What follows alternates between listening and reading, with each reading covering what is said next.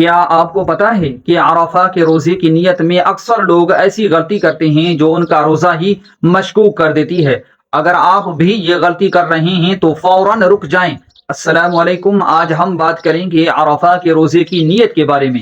ایک ایسا روزہ جس کی فضیلت خود رسول اللہ صلی اللہ علیہ وسلم نے بیان فرمائی کہ یہ روزہ پچھلے سال اور اگلے سال کے گناہوں کا کفارہ بن جاتا ہے۔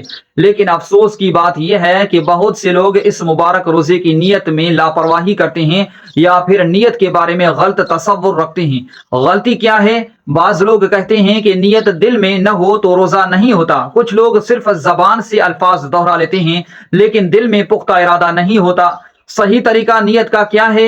اسلام میں نیت دل کے ارادے کا نام ہے۔ اگر آپ نے سحری کی ہے اور دل میں روزہ رکھنے کا ارادہ ہے تو یہی نیت ہے۔ نہ تو زبان سے مخصوص الفاظ بولنا ضروری ہے، نہ ہی کوئی مشکل دعا یاد کرنا۔ بس دل سے یہ ارادہ ہونا چاہیے کہ میں آج عرفہ کا روزہ اللہ کی رضا کے لیے رکھ رہا ہوں۔ عرفہ کے دن کی فضیلت: یہ دن حج کا سب سے اہم دن ہے۔ یہ وہ دن ہے جس میں دعائیں قبول ہوتی ہیں، گناہ معاف کیے جاتے ہیں اور جہنم سے نجات کے پروانے تقسیم ہوتے ہیں۔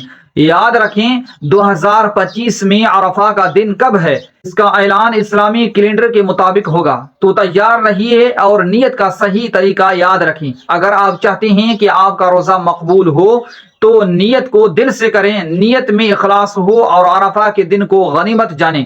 ویڈیو پسند آئے تو اسے لائک اور شیئر ضرور کریں تاکہ دوسروں کی بھی اصلاح ہو اور اس نیت کی غلطی سے سب بچ سکیں۔ جزاک اللہ خیرہ۔ السلام علیکم۔